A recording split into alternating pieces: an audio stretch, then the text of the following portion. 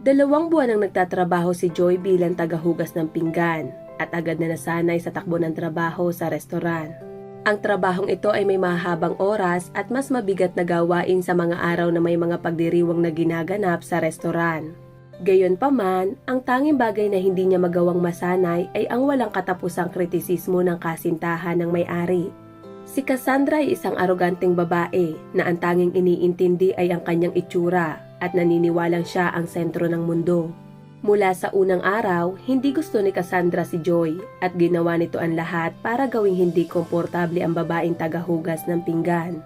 Ito rin ang nagturo kay Joy na nagnakaw ng pera mula sa cash register. Kahit na hindi umalis si Joy sa kusina noong araw na iyon at imposibleng makapagnakaw. Ngunit tila wala itong pakialam sa katotohanan iyon. Isa kang sinungaling at magnanakaw. Ang mga kagaya mo ay lagi naghahanap ng paraan para mangialam sa bulsa ng iba. Hintayin mo lang. Sasabihin ko ito kay Paul. Siguradong tatanggalin kanya sa trabaho. Sigaw ni Cassandra. Sa kabutihang palad, napakaabala ng restoran noong araw na iyon. Kaya't hindi nagkaroon ng oras ang malupit na babae upang magreklamo sa kanyang kasintahan. Nakuha ni Paul ang restoran mula sa kanyang ama, na kamakailan lang ay nagretiro na at nag-e-enjoy na sa kanyang pamamahinga, matapos magkaroon ng matagumpay na karera sa negosyo. Gayunpaman, binabantayan pa rin ni Fernando ang kanyang nag-iisang anak paminsan-minsan at nagbibigay ng payo kung kinakailangan. Mahigit ng 40 taong gulang si Fernando nang ipinanganak si Paul at lubos na nagbago ang buhay ng negosyante nang isilang ang kanyang anak. Nagsikap ng husto si Fernando upang matiyak na mayroon ang kanyang nag-iisang tagapagmana ng lahat ng kanyang kinakailangan. Kahit na sa kabila ng katotohanang natupad na nito ang kanyang mga layunin, patuloy pa rin siyang tumutulong kay Paul sa lahat ng mga hangarin nito. At nang lumapit ang kanyang anak para humingi ng payo, ay pinakinggan niya ito ng mabuti. Dad, hindi ko maintindihan kung bakit nalulugi ang restoran. Bukod pa rito, may nagnanakaw ng pera mula sa cash register. Sabi ni Cassandra, ang bagong dishwasher na si Joy ang may kagagawan. Pero ako mismo ang kumuha sa kanya at hindi ko maisip na siya ang nagnanakaw. Wala akong ideya kung ano ang gagawin. Litong-litong sabi ni Paul. Tiningnang mabuti ni Fernando ang kanyang anak, pagkatapos ay nag-isip ng 1 minuto o 2. Kunot noo habang iniisip ang lahat ng posibleng paraan upang matulungan ang anak. Hindi nagtagal at biglang kumalma ang mukha ng matanda at kumislap ang kanyang mga mata. Magiging maayos ang lahat, anak.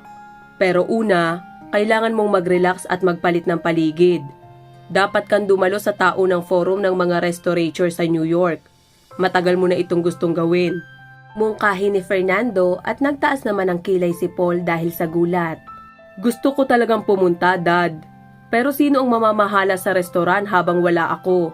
Retired ka na at hindi ko kayang mag-hire ng tao para sa trabaho ngayon. Ngunit may nakahanda ng sagot ang kanyang ama. Bakit ka pa mag-hire ng iba? Mukhang ang girlfriend mong si Cassandra ay kayang-kaya naman ang trabaho pansamantala. Lalo na't madalas siyang pumupunta sa restoran. At isa pa, kilala niya ang mga tauhan. Muling tiningnan ni Paul ang kanyang ama. Iniisip na nagbibiro lamang ito, ngunit seryoso ang matanda. Talagang naniniwala siyang magandang ideya ang paglagay kay Cassandra sa pamamahala. Baka nga magandang ideya iyon. Tiyak na may potensyal siya. Sana wala naman seryosong mangyari habang wala ako. Sagot ni Paul at umalis upang magpabook ng kanyang mga tiket. Nang malaman ni Cassandra ang tungkol sa business trip ng kanyang kasintahan, ay sumimangot siya ng husto. Aba, pupunta ka sa New York at ako ang kailangang mag-asikaso ng restaurant? Kung saan ang lahat ay laging sinusubukan akong linlangin o magnakaw ng kung ano? Sabi ng babae na kunwaring naiirita. Han, 3 araw lang akong mawawala. Subukan mong huwag magpaalis ng kahit na sino sa mga tauhan sa panahong ito, okay? At huwag kang magmadali sa hula mo. Baka naman si Joy ay wala talagang kinalaman sa mga problema ng restoran. Ngumuso naman si Cassandra at pagkatapos ay pumasok sa ibang silid na pagtanto na nasira na ang gabi. Nagsimulang mag-impake si Paul para sa biyahe at kinabukasan agad na nagkaroon ng malaking pagbabago sa restoran. Nang si Cassandra na ang namahala, nagpatupad siya ng napakahigpit na mga patakaran. Ngayon, ang mga waiter ay kailangang ibigay sa kanya ang karamihan ng kanilang mga tip sa pagtatapos ng araw. Bukod pa rito, binawasan niya ng kalahati ang pera na inilaan para sa pagbili ng mga sangkap na nangangahulugang bababa ang kalidad ng pagkain. Sa takot, nagkatinginan ang mga tauhan ng restoran, ibinaba ang kanilang mga ulo at nagsimulang magtrabaho. Si Joy lamang ang hindi naapektuhan ng mga pagbabagong ito. Kailangan pa rin niyang maglinis ng bundok ng maruruming pinggan at harapin ang dagat ng bula na nabubuo sa proseso. Matapos hugasan ang unang batch ng mga pinggan, dinala ni Joy ang isang supot ng basura sa labas.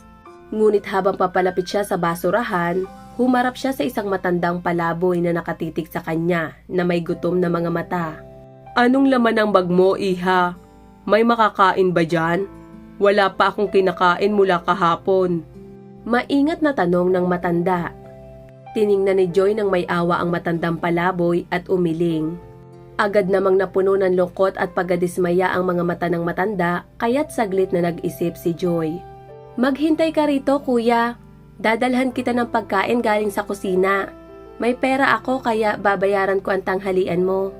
Ngumiti ang matandang lalaki at tiningnan ng may pasasalamat ang babae. Ilang minuto lang ang lumipas at dinalhan ni Joy ang matandang palaboy ng mainit na sabaw, kanin at ilang fries. "Heto, kainin mo na. Huwag kang mag-alala, binayaran ko ang lahat. Mahigpit sila tungkol sa mga bagay na ito sa aming restoran." Tiningnan siya ng matandang lalaki ng may init at nagsimulang kumain doon mismo sa bangko. Paalis na sana si Joy nang tanungin ng matanda. "Kamusta ang pagtatrabaho dyan? Maayos ba ang pagtrato ng may-ari sa mga tauhan? Narinig ko na mababa raw magpasahod pero napakahigpit at di makatwiran." Huminto si Joy at sumagot ng may malasakit. "Hindi po totoo yon. Mabuting tao si Sir Paul at magaling na manager. Pero ang girlfriend niya ay ibang-iba. Pasensya na po, kailangan ko na bumalik sa trabaho. Pakilagay na lang po ng tray sa likod, kukunin ko mamaya." Tumango ang matandang palaboy at nagpasalamat kay Joy sa kabutihan nito. Matapos niyang tapusin ang kanyang pagkain, kinuha niya ang tray at nagtungo sa likod ng restoran. Sa mga sandaling iyon, lumabas si Cassandra kasama ang isang gwapo at batang waiter. Hindi nila namamalayan ang presensya ng matandang palaboy. Hinila ng waiter ang kanyang kasintahan para sa isang mainit na halik. Namula ang mga pisngi ni Cassandra at agad siyang umurong sa takot. "Alex, hindi dito. Paano kung may makakita sa atin? Pwede nilang sabihin kay Paul. Maghintay ka lang. Magkikita tayo mamaya. At magpakabait ka sa publiko." Sabi ni Cassandra, ngunit hindi huminto ang waiter at ipinagpatuloy ang kanyang panunuyo. Tiningnan niya si Cassandra sa mga mata at nagtanong, "Pwede mo ba akong bigyan ng kaunting pera? Gusto kong bumili ng bagong cellphone pero matagal pa ang sweldo. At ang bobong Paul na yun ay umalis pa para sa business trip." Samantala, nagtago ang matandang palaboy sa likod ng isang puno. Hawak pa rin ang tray at nakinig sa kanilang usapan. "Hindi, Alex, hindi ngayon. Napansin na ni Paul na may kumuha ng pera mula sa cash register. Pagbibintangan ko si Joy, ang tagahugas ng pinggan. Pero hindi naman ito masosolusyonan ng problema. Kahit na dapat matagal na siyang natanggal." Sa sobrang gulat ng matanda sa kanyang narinig, hindi sinasadyang nahulog niya ang tray, na kung saan ay lumikha ng ingay at nagbunyag ng kanyang presensya. Agad na lumingon si Cassandra at nakita ang palaboy sa harap niya. "Anong ginagawa mo dito? Spy ka ba? At bakit may hawak ang tray mula sa aming kusina? Gawa na naman ba ito ng tagahugas ng pinggan? May mataas na kalidad na restaurant kami dito. Hindi isang karenderya." Sigaw ni Cassandra na may masamang tingin sa palaboy at pagkatapos bumalik siya sa loob ng restaurant at dumiretso sa kusina. "You're fired! Lumayas ka dito, maruming tagahugas ng pinggan. Huwag ka nang babalik dito kahit kailan. Meron kang 1 oras para kunin ang iyong mga gamit at umalis." Nanginig si Joy at tiningnan si Cassandra. "Huwag mo akong paalisin, ma'am. Pakiusap. Alam mo namang nag-iipon ako para sa operasyon ng anak ko." Bulong ni Joy habang may mga luha sa kanyang mga mata. Ngunit hindi napigil si Cassandra. Hindi siya kumalma hanggat personal niyang hindi inilabas ang tagahugas sa pintuan. Bago tuluyang umalis, muling tiningnan ni Joy ang restaurant at saka naglakad pa uwi. Bigla siyang tinawag ng matandang palaboy ang parehong taong binigyan niya ng pagkain kanina. "Sandali lang, iha. Anong nangyari? Bakit ka umiiyak?" Tanong ng matanda na may malasakit sa kanyang boses. Umiling si Joy, pinupunasan ng luha at sumagot. Natanggal ako sa trabaho. Pero nagsikap naman ako ng husto. Kailangan ng anak kong si Billy ng operasyon. Single mom ako. Namatay ang asawa ko sa isang aksidente 3 taon na ang nakakaraan. Nasa likod nakaupo si Billy noong mangyari yon. Pero sa kabutihang palad, nakaligtas siya. Pero nagkaroon siya ng pilay dahil naipit ang kanyang binti sa wasak na pinto. Paliwanag ni Joy. Tiningnan siya ng matanda ng may simpatya at marahang hinawakan ang kanyang balikat. "Huwag kang mag-alala, Joy. Maayos din ang lahat. Maraming mabubuting tao sa mundong ito," sabi ng matanda bilang pamamaalam. Hindi gaanong pinansin ni Joy ang mga sinabi ng matandang lalaki noong oras na yon at nakalimutan na rin niya ito pagkalipas ng ilang minuto. Hindi alam ni Joy na seryoso ang matanda at determinadong lutasin ang kanyang problema sa pinakamatinding paraan. Kinabukasan, pumasok ang matandang lalaki sa manager's office ng restaurant. "Anong kailangan mo?" "Sabi ko, busy ako." Galit na reklamo ni Cassandra. Tumingala siya at nakita ang parehong matandang palaboy na siyang dahilan ng pagkakatanggal ni Joy noong nakaraang araw. "Anong gusto mo? At sino ang nagbigay sa'yo ng karapatang pumasok sa opisina ko ng ganito? Tatawag ako ng security guard at agad kang itatapon sa kalsada," sabi ni Cassandra habang inaabot ang telepono. Samantala, ngumiti ang matanda ng may kakaibang ngiti at pagkatapos ay sumagot. "Nandito ako dahil pag-aari ko ang opisinang ito, pati na rin ang buong restaurant. Ako si Fernando, iha, at ayon sa mga dokumento, pag-aari ko pa rin ang restaurant na ito," sabi ng matanda. Sa sobrang gulat ni Cassandra, napanganga siya at napahinto. Samantala, hinubad ng matanda ang kanyang piloka at itinapon ang kanyang basahan na damit na nagpakita sa suot niyang business suit na nakapailalim. Pinunasan niya ang makeup sa kanyang mukha gamit ang basang tela at pagkatapos ay tinitigan si Cassandra at itinuro ang pintuan. "Hindi ko hahayaan lokohin mo ang anak ko at nakawin ang kanyang pera. Kalimutan mo na siya at umalis ka rito. At huwag kalimutang isama ang iyong kalaguyo. Sabihin mo sa kanya na tinatanggal na rin siya sa trabaho." Nagbago agad ang ekspresyon ni Cassandra, ngunit ginawa niya ang sinabi sa kanya at mabilis na umalis ng restaurant. Hindi niya alam, tinawagan na ni Fernando ang kanyang anak noong nakaraang gabi at ikinwento ang lahat. Sinadya ng matandang negosyante na lumikha ng sitwasyong pabor sa magnanakaw para makapagbihis siya bilang palaboy at matuklasan kung ano ang nangyayari.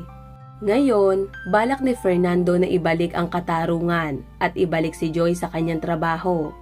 Bukod pa rito, tinawagan niya ang isa sa pinakamahusay na klinika na dalubhasa sa mga pinsala ng musculoskeletal system at inasikaso na makuha ni Billy ang kanyang operasyon doon. Si Fernando rin ang sumalo ng lahat ng gastusin kaugnay ng operasyon at ang kasunod na rehabilitasyon. Nang malaman ni Joy na maaari siyang bumalik sa trabaho sa restaurant, hindi maipaliwanag ang kanyang saya. Hindi niya inakala na ang palaboy na nakilala niya sa tabi ng basurahan ay siya palang may-ari ng restaurant. Ngunit hindi pa iyon ang lahat. "Joy, babalik ka sa restaurant, ngunit hindi bilang tagahugas ng mga pinggan. Mula ngayon, ikaw na ang magiging administrator. Sa tingin ko, panahon na para umakyat ka sa hagdan ng karera at tutulungan ka namin ng anak ko para magawa iyon." Nakangiting sabi ng matanda. Pakiramdam ni Joy ay para siyang nabubuhay sa isang kwentong fairy tale, ngunit ang lahat ng ito ay totoo. Nang bumalik si Paul mula sa kanyang business trip, sinuportahan niya ang desisyon ng kanyang ama. Personal niyang dinala si Billy sa klinik kung saan sumailalim ito sa operasyon ng sumunod na araw. Sa buong panahong iyon, nasa tabi ni Joy ang kanyang anak at hindi siya tumigil sa pagpapasalamat sa Diyos dahil ipinadala sa kanya si Paul. Habang ginagamot si Billy, naging magkaibigan ang dalawa at napagtanto nila na tunay nilang na-enjoy ang kumpanya ng isa't isa. Bagaman, masyado pang maaga para pag-usapan ang anumang seryoso, ngunit nararamdaman ni Fernando na tiyak na magkakaroon ng kasal sa hinaharap.